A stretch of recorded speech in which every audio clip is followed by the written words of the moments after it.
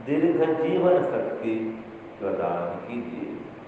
भूवः अर्थात हे प्रभु, आप स्वयं दुख से रहित हैं और अपने भक्तों को भी दुखों से छुड़ाने वाले हैं, दुख नाशक हैं। स्वः अर्थात हे प्रभु, हे ईश्वर, आप स्वयं सुख स्वरूप हैं और अपने भक्तों को भी सर्वोत्तम सुख को देने वाले हैं। इस प्रकार भूर्भुवः स्वः, हे परमात्मा, आप प्राणदायक हैं, आप दुख नाशक हैं, आप सुखदायक हैं। तत्सवितुः अर्थात आप सकल जगत के उत्पादक हैं। सूर्य आदि प्रकाशकों के भी प्रकाशक हैं। समग्र ऐश्वर्य के प्रदायक हैं और सर्वत्र विजय दिलाने वाले हैं। हे प्रभु, आप स्वयं सविता स्वरूप हैं, सूर्य स्वरूप हैं। जितने बड़े बड़े सूर्य हैं, इन सबके अंदर आप ही प्रकाश भरने वाले हैं। ऐसे आप परमात्मा का वरेण्यम हम वरण करते हैं। आप वरणीय हैं, वरण करने योग्य हैं, सर्वश्रेष्ठ हैं। भर्गः, हे भगवान, आप शुद्ध स्वरूप हैं, समस्त दुखों को, क्लेशों को भस्म करने वाले हैं। कृपा करके हमारे भी राग द्वेष आदि समस्त क्लेशों को भस्म कर दीजिए। इसीलिए देवस्य, आप परमात्मा देव का, देवों के देव महादेव का धीमहि हम ध्यान करते हैं। आपके सत्य, अहिंसा, अस्तेय, ब्रह्मचर्य, दया, दान और उपकार आदि श्रेष्ठ गुणों को धारण करते हैं। धियो यो नः, हे प्रभु, आप हमारी बुद्धि को प्रचोदयात् सन्मार्ग में, वेद मार्ग में, योग मार्ग में, यज्ञ मार्ग में, धर्म मार्ग में, आध्यात्मिक मार्ग में, श्रेय मार्ग में प्रेरित करें। हमारी बुद्धि को आपकी ओर ही ले चले।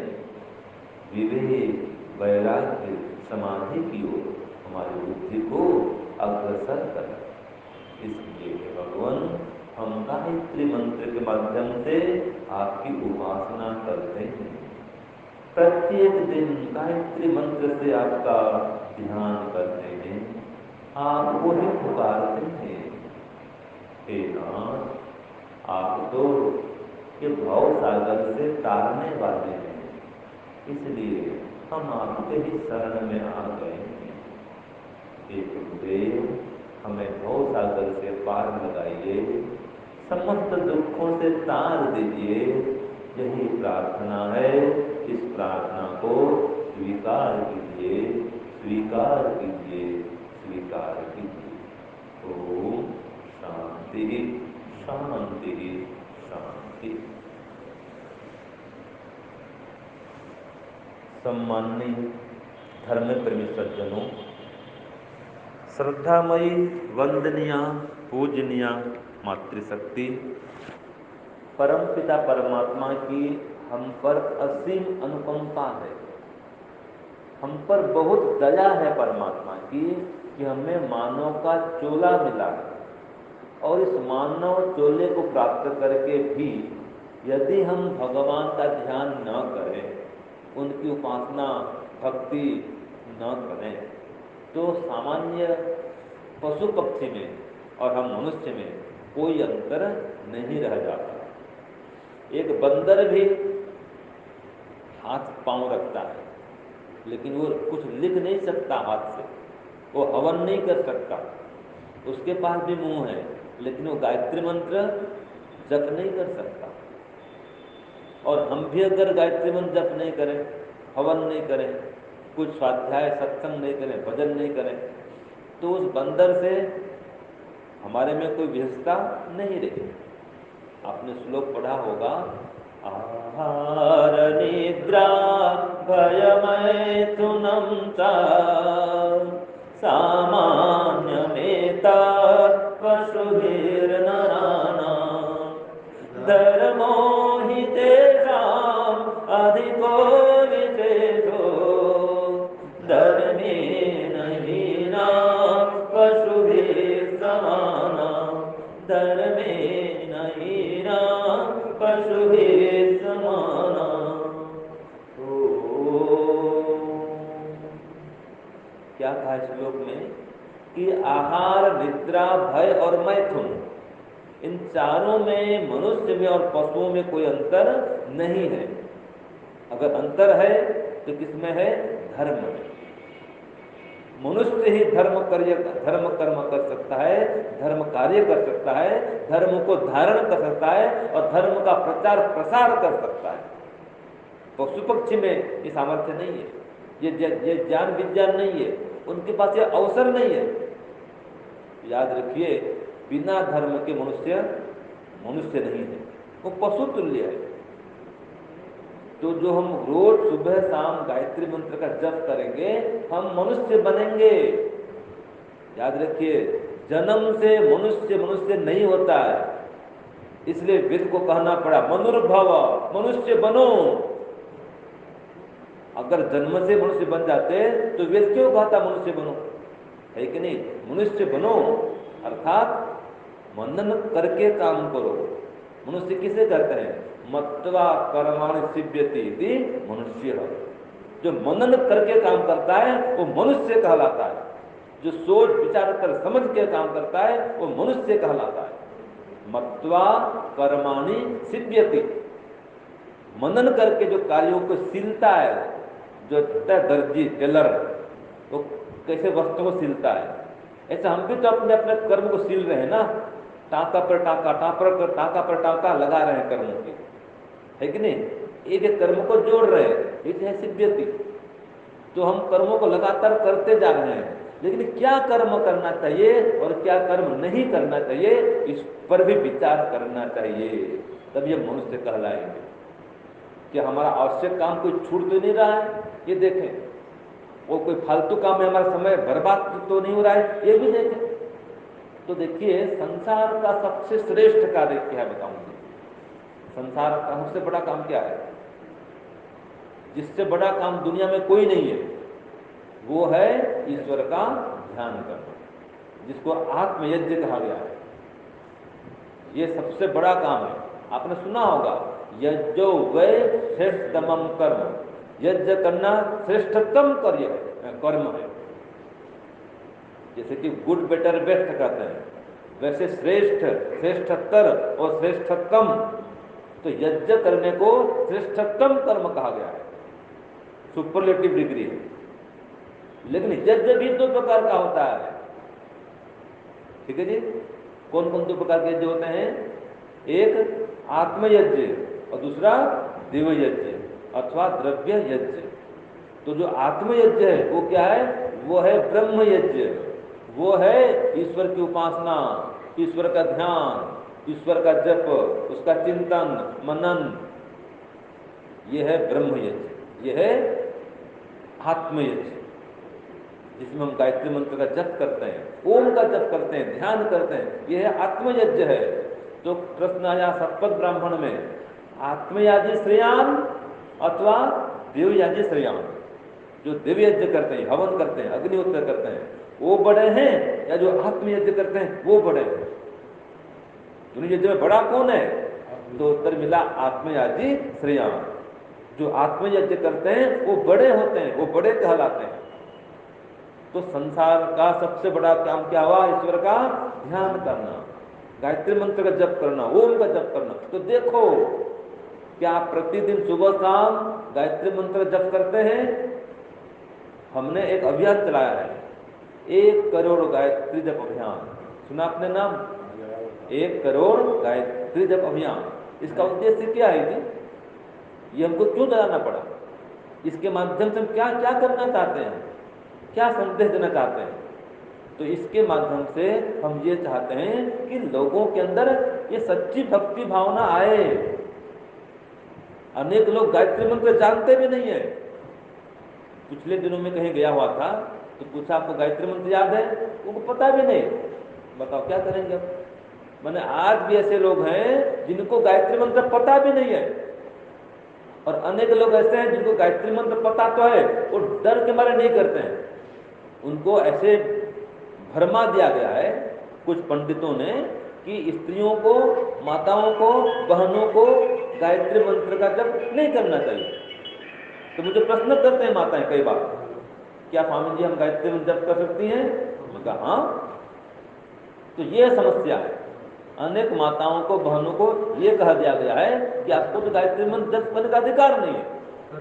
तो हम जो 1 करोड़ गायत्री मंत्र जप अभियान चलाए हैं, इसके माध्यम से ये चाहते हैं कि हर माता, बहन, पुरुष, स्त्री, बालक, वृद्ध, हर कोई गायत्री मंत्र का जप करे।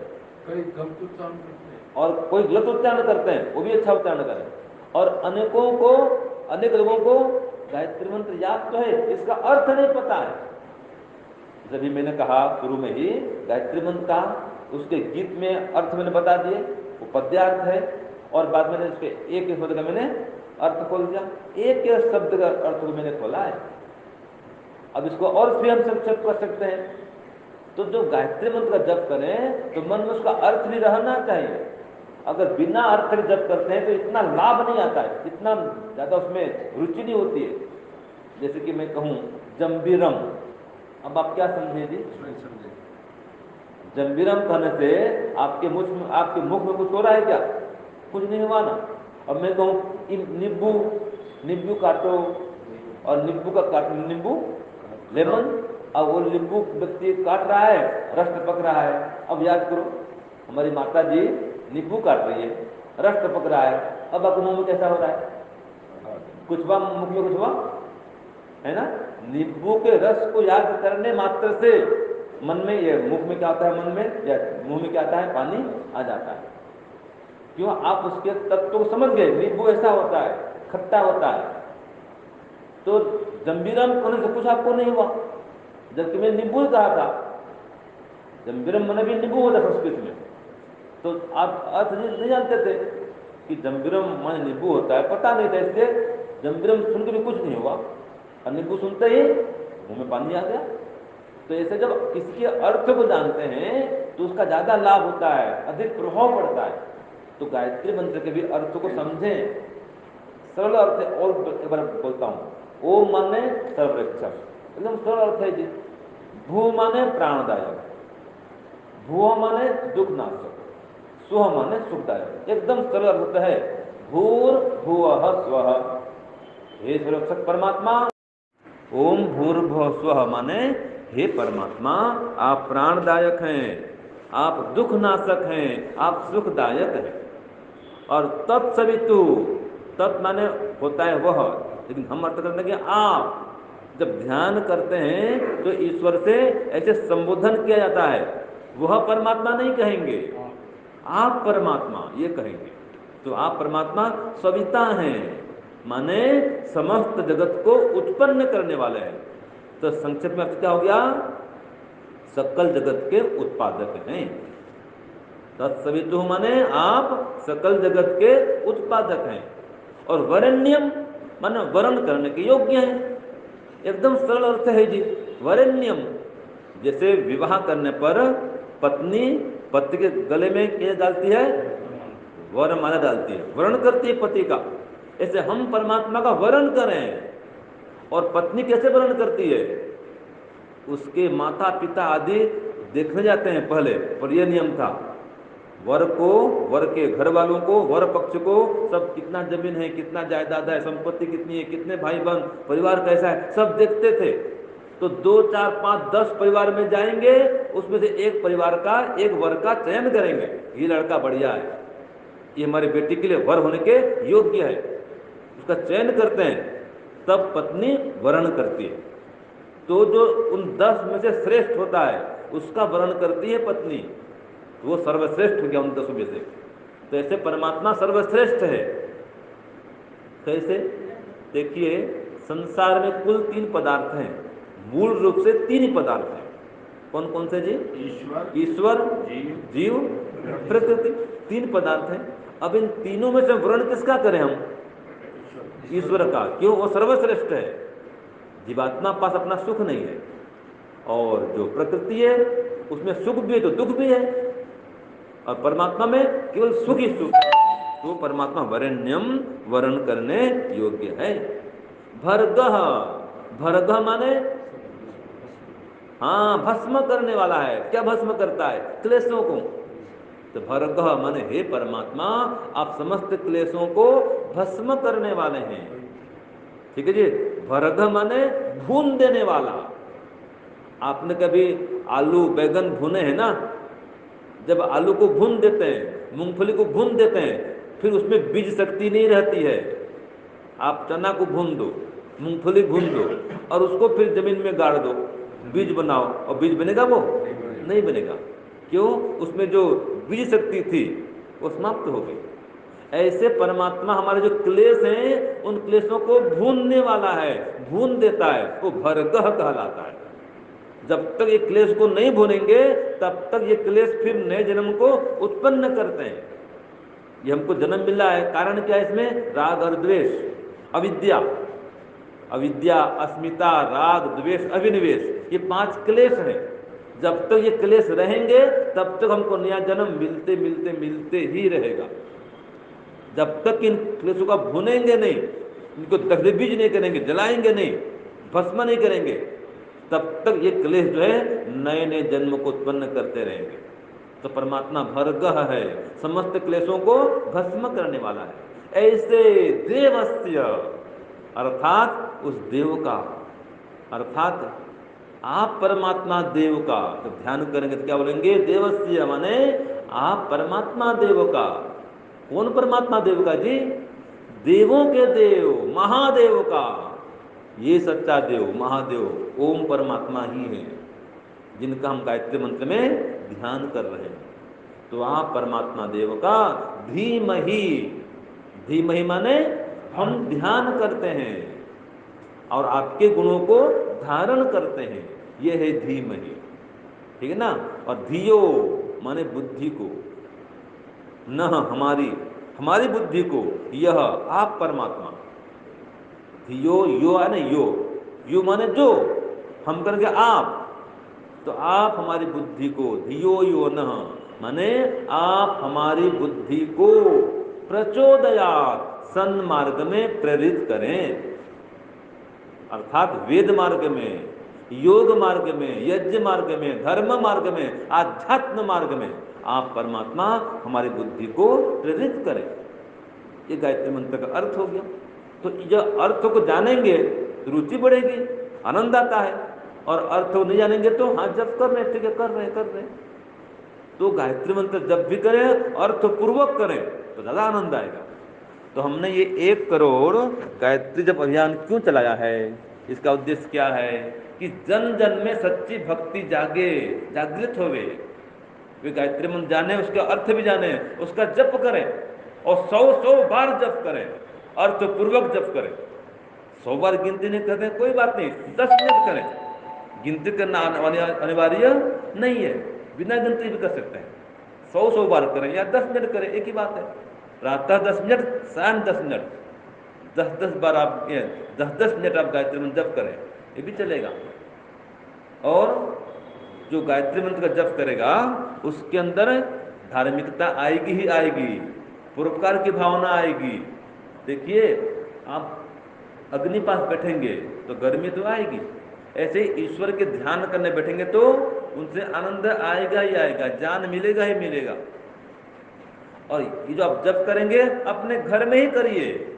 लोग प्रश्न करते हैं कि स्वामी जी, ये जो आपने जप अभियान शुरू किया है, 1 करोड़ जप अभियान, कैसे इसमें जुड़ेंगे? क्या करना होगा इसमें? आपको कुछ नहीं करना है, आपके घर में बैठ करके ही सुबह शाम जप करना है। कुछ समय पूछते हैं, समय कब का जप करें? तो प्रातः 4 से उठने से लेकर के 8 बजे तक कभी करें आप। ऐसे शाम को भी 4 से 8 तक कभी करें आप। सुबह शाम करना है जब, तो उठने के लेकर के 8 बजे तक कभी भी करो, कोई बात नहीं, घर में करो। तो जो जब करेगा हमारा अभियान में जुड़ गया। और अपने हमने ग्रुप भी बना रखा है, या तो ग्रुप में जुड़ जाओ, ठीक है जी। और ग्रुप में नाम न लिखा हो, न जुड़े तो भी कोई बात नहीं, आपने जब शुरू कर दिया तो जुड़ गए, आप अपना अभियान में जुड़ गए। अब तक 600 लोग जुड़ चुके हैं। कितने लोग? 600 लोग जुड़ चुके हैं। और सभी लोग अगर 100 बार जप करें, और दिन में कितना होगा? 200 बार जप होगा एक व्यक्ति का, तो 600 लोग का कितना जप हो जाएगा जी? मान ले 600 में 100 माइनस कर दो, 100 नहीं कर पाए, 500 भी करते हैं तो कितना होगा? 500 व्यक्ति अगर 100 बार जप करते हैं सुबह और 100 बार जप करते शाम को, तो 200 हो गया। 200 इंटू 500 कितना हो गया है? 500 व्यक्ति अगर 2 बार करते हैं 10,000, 1,000 होता है। 20 करते हैं तो कितना होता है? 10,000 होता है। 200 करते हैं तो 1,00,000 जप हो जाएगा। अगर 20 बार भी जप करें ना तो 10,000 तो ऐसे हो जाएगा। क्यों? 2-2 बार जप करें तो 1,000 होता है, 20 बार करें तो 10,000, और 200 बार करें तो 1,00,000 जप होता है। बताओ, एक दिन में 500 व्यक्ति का जप करेंगे तो कितना हो जाएगा? 1,00,000 जप हर दिन हो रहा है। और ये हम साल भर चलाएंगे। ये हमारा टारगेट साल भर चलाने का है। तो 1 करोड़ करने का था, अब 500 लोग करेंगे तो 365 लाख हो जाएगा। बताओ, 3,65,00,000 जप हम कर सकते हैं साल भर में। तो इसमें करना क्या है? कुछ नहीं, अपने घर में बैठ करके आपको जप करना है। 100 बार करो अथवा 10-10 मिनट करो। आप हमारे जो ग्रुप अभियान में, ये जप अभियान में जुड़ जाएंगे इस प्रकार से। और जब जुड़ेंगे आप खुद अनुभव करेंगे। 1 मास जप करके देखिए कितना लाभ होता है, कितनी शांति मिलती है। आपके अंदर धैर्य बढ़ेगा, सहन शक्ति बढ़ेगी, शांति आएगी। बात बात में जो गुस्सा होते हैं, गुस्सा नहीं करेंगे। कई लाभ है, झगड़ा नहीं करेंगे, सहनशीलता बढ़ेगी और प्रसन्नता भी बढ़ेगी। ईश्वर से ज्ञान मिलेगा, बुद्धि बढ़ेगी, और मरते दम तक स्मरण शक्ति भी अधिक से अधिक तक बनी रहेगी। माने स्मरण शक्ति भी बढ़ेगी, और धन संपत्ति भी बढ़ेगी, यश कीर्ति भी बढ़ेगी, धर्म भी बढ़ेगा, धन भी बढ़ेगा, और मोक्ष की ओर भी आगे बढ़ेंगे। लाभ ही लाभ है। इसलिए हमने ये गायत्री जप अभियान शुरू किया है। तो आप सब भी उसमें जुड़ें और रोज सुबह शाम 100 बार गायत्री मंत्र जप करें और ईश्वर से ज्ञान, विद्या, बुद्धि, बल, आनंद को प्राप्त करें। ओम शांति, ओम शम।